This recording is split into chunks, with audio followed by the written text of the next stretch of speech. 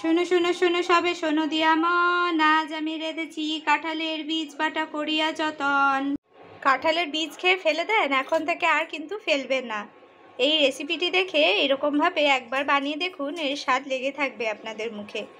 প্রথমে কাঁঠালের বীজের যে সাদা রঙের অংশটা সেটাকে ফেলে দিতে হয়েছে, আর কাঁঠালের বীজগুলোকে ফালা করে একটা প্রেসার কুকারে দিয়ে নিয়েছি। পরিমাণ মতো নুন দিয়ে এটাকে ভালো করে সেদ্ধ করে নেব। কাঁঠালের বীজগুলো এখানে খুব ভালো করে সেদ্ধ করে নিয়েছি।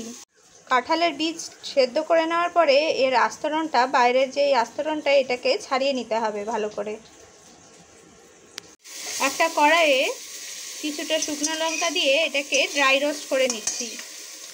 এবার এর মধ্যে কয়েকটা রসুনের কোয়া দিয়ে নিয়েছি। রসুনগুলোকে শুকনো লঙ্কার সাথে একসাথে ড্রাই রোস্ট করে নিচ্ছি। শুকনো লঙ্কা রসুনটা ড্রাই রোস্ট হয়ে গিয়েছে। এই শুকনো লঙ্কা রসুনটাকে এবারে উঠিয়ে নিচ্ছি। কাঁঠালের বীজের ওপরে যে পার্পল কালারের খোসাটা থাকে সেটা দেখুন ভালো করে উঠিয়ে নিয়েছি। আর এটা কতটা ভালোভাবে সেদ্ধ হয়েছে সেটা আশা করি দেখলেই বুঝতে পারছেন। ড্রাই রোস্ট করে নেওয়া রসুন, শুকনো লঙ্কা আর যে বীজটা ভালো করে ছাড়িয়ে নিয়েছি সেই বীজগুলোকে একসাথে বেটে নিচ্ছি।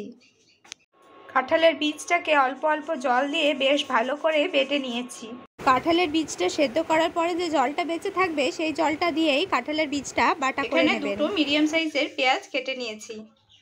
কড়াইয়ে 3 পলা মতন সর্ষের তেল দিয়ে নিয়েছি। তেলটা বেশ ভালোভাবে গরম হয়ে গিয়েছে। এবারে টুকরো করে রাখা পেঁয়াজগুলো দিয়ে নিচ্ছি।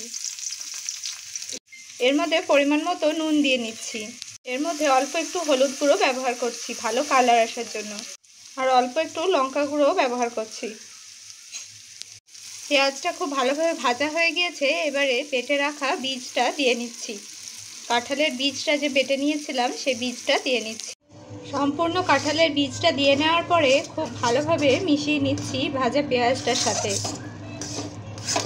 সত্যি বলছি বন্ধুরা, একবার হলেও এরকমভাবে কাঁঠালের বীজ ফেলে না দিয়ে বানিয়ে দেখবেন, কথা দিলাম এর স্বাদ ভুলতে পারবেন না।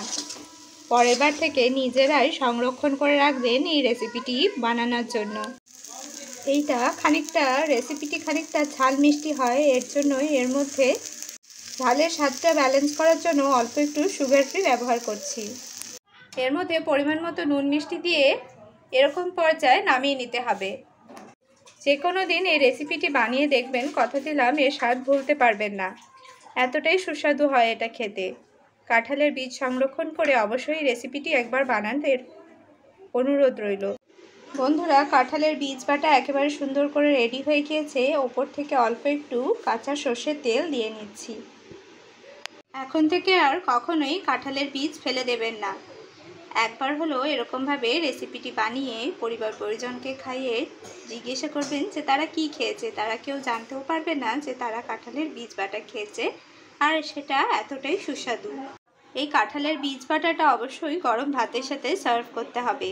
রেসিপিটি ভালো লাগলে এরকমই আরও নতুন রেসিপি দেখবার জন্য আমাদের চ্যানেলটি অবশ্যই সাবস্ক্রাইব করে রাখবেন। পাশে থাকা বেল বাটনটিতে প্রেস করে দেখবার জন্য অনেক ধন্যবাদ।